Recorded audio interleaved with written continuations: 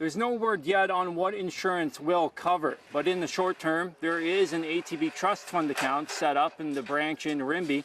You can make donations for the Thompson family at any ATB branch across Alberta. Reporting from north of Rimbey, Frazer Snowdon, CTV News.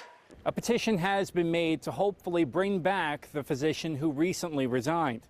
And there is also a request for the termination of a long-serving doctor. Now, this is all that's left. Just a few brick walls left standing. Back in its early days, it was known as one of only a few luxury apartments around. Edmonton's historical board calling it a significant loss. The judge ended the trial, stating people do make mistakes, and in this case, the victim did not forgive them. Reporting from the Red Deer Courthouse, Frazer Snowdon, CTV News. You can still smell the smoke as you walk around where two homes used to stand.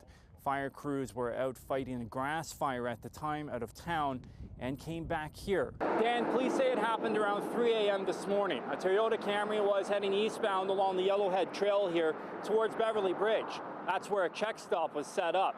The car pulled a U-turn heading the wrong direction on the Yellowhead Trail, slamming right into an SUV. And Fraser, before the Prime Minister returned from Switzerland, he made some remarks many people in Alberta no doubt happy to hear.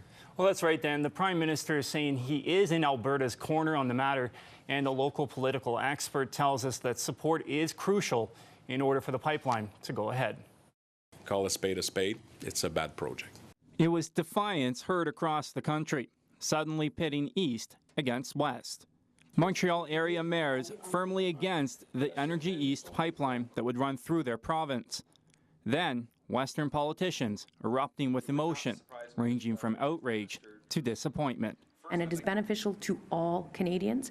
And frankly, municipal leaders who don't see that are being short-sighted. In the middle, the federal government promising to market Canadian oil while remaining environmentally sensitive. But before leaving Switzerland, the Prime Minister made it clear whose side he's on in this war of words. I'm very much in the camp of both Premiers Wynne and Notley, who demonstrated that Canada can and should work together on economic issues for all of us. It all sets the table for Monday when Parliament resumes. Appearing on CTV's Question Period today, party House leaders already debating the merits of the project. A multi-billion-dollar project that could employ thousands of Canadians without a cent of government money. This is a privately funded stimulus project if we can get the approval. Not everyone in the East is against the pipeline. Ontario Premier Kathleen Wynne pledged support for the project, touting the potential economic benefits. The concerns for the Montreal mayors are environmental. Prime Minister Trudeau saying the government is working on a strategy for both issues. It is long past the time where we can make choices between what's good for the environment and what's good for the economy. We need to do them both together. That's exactly what we're going to be doing. And while the Alberta NDP faces pressure to turn around the economy, the federal NDP has said more has to be done on public consultation before pushing things through. The stalls in all pipeline projects right now is an incredibly dangerous situation for the province of Alberta when we see the price of oil being very low.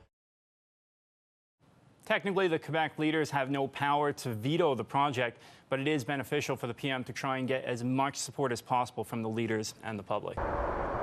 It's what's left behind after what police describe as a criminal rampage. Trucks flipped over, a fence flattened, and flagpoles knocked over, allegedly by a man in a front-end loader. We heard a wheel loader coming down the road with the sirens, and the wheel loader crashed into a police car right on our corner. Pushed the police car into the bush. The construction vehicle had been taken from a dealership in a North Red Deer industrial park.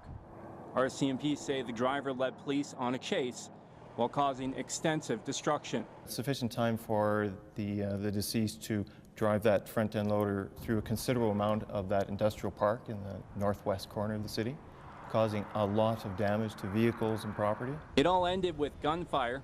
The suspect shot dead by Mounties. Gary Davis heard it while waiting for Christmas dinner. We heard more than 30, 40 gunshots fired as they were trying to put the loader out of commission and get it to stop. The 37-year-old man was suspected in a sexual assault and attempted murder earlier in the day. The sexual assault upon a female and the attempted murder upon a male. The male had been trying to protect the female from the original assault. RCMP say officers made the decision to end the chase by opening fire to ensure public safety. If they consider that the public is in imminent danger of bodily harm or death, that we are authorized to be able to use sufficient force to stop that. The Alberta Serious Incident Response Team, or ASIRT, is now investigating the death of the suspect. While Mounties investigate the crime spree, they're asking anyone who may have witnessed or taken video of this series of events to contact RCMP or Crime Stoppers. Frazer Snowdon, CTV News. Our Frazer Snowdon joins us live from the newsroom with more on this. Frazer? Bill, it was a very scary sight for neighbors. Lightning struck the tree and it was suddenly on fire. This was very close to at least 2 homes. And according to wildfire officials, lightning is the leading cause of wildfires this year. Jeez. Cell phone video captures the moments right after a lightning bolt hit this tree. The pine quickly bursting into flames. Heard this huge bang, it rattled the house. Went to put the dog away and this neighbor came by just screaming, said the trees are on fire. Fire crews arrived just minutes after the call came in to attack the fire. It came during an intense lightning storm that lit up the sky west of Edmonton Friday night. Sometimes we're seeing between 10 to 20,000 lightning strikes a night, and that can cause 50, 70 fires a night. Provincial officials say quick response is key when it comes to keeping lightning strikes from becoming wildfires, especially with the dry conditions across the region. Well, this has been one of our busiest years that we've seen in about 20 years. So lightning has started a lot of fires. Fire crews put out the fire early last night, but when neighbors woke up this morning, they smelled more smoke and realized Mother Nature wasn't finished.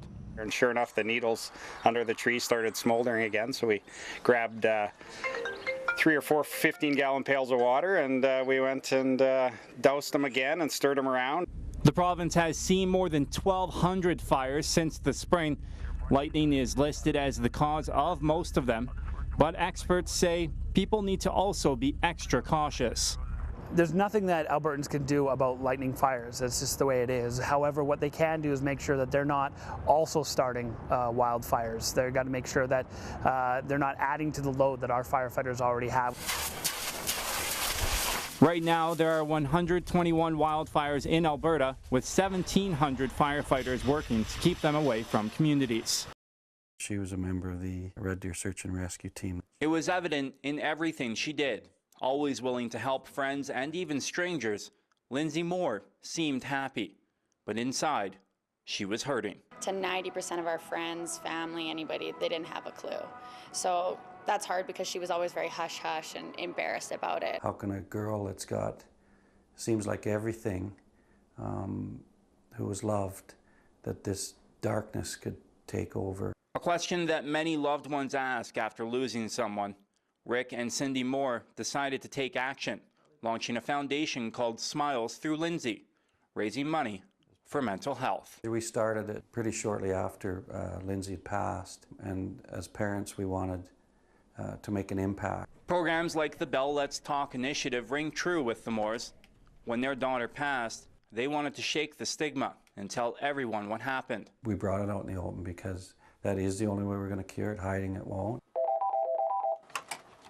Good afternoon, Suicide Information and Education Services. Officials with Suicide Information Services in Red Deer say when public figures speak out, it brings weight to the issue. When they show that vulnerability and say, yeah, you know what, I'm not always well, or I am struggling with this, I think that totally sends the message that it can happen to anyone. The Moores have raised more than $70,000 for the foundation. We have to understand, what these people are going through, and it's an illness that I don't think we totally understand, even in the professional levels. Lindsay's friend Cassandra has a message for anyone who may feel down or have depressing thoughts. You're allowed to be happy. You're allowed to not feel like that. So go get the help you need, and you'll feel better. If you would like to help Smiles Through Lindsay, you can visit their Facebook page for more information. Frazer Snowdon, CTV News, Red Deer.